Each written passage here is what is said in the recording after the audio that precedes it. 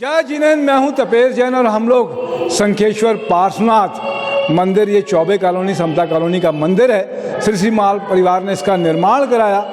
कहते हैं कि पालीताना से पहले अहमदाबाद से और आगे में जाते हैं अगर, तो वहाँ पर 100 किलोमीटर पहले शंखेश्वर पार्श्वनाथ विराजमान है और बहुत सारे शंखेश्वर पार्श्वनाथ भगवान वहाँ पर विराजित है। अलग अलग जगह में मंदिर बने हुए हैं। यहाँ पर भी ये बहुत अच्छा दादा बाड़ी है।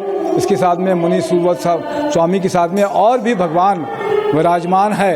तो शंखेश्वर पार्श्वनाथ के दर्शन करना है कभी भी तो रायपुर शहर आएँ तो चौबे कॉलोनी समता कॉलोनी में अगर आएंगे आप पूछेंगे तो जैन मंदिर आपको मिल जाएगा दादा बाड़ी।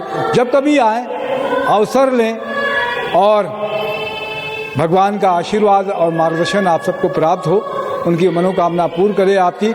मैं तपेश जैन, जय जोहार, जय छत्तीसगढ़, जय जिनेन।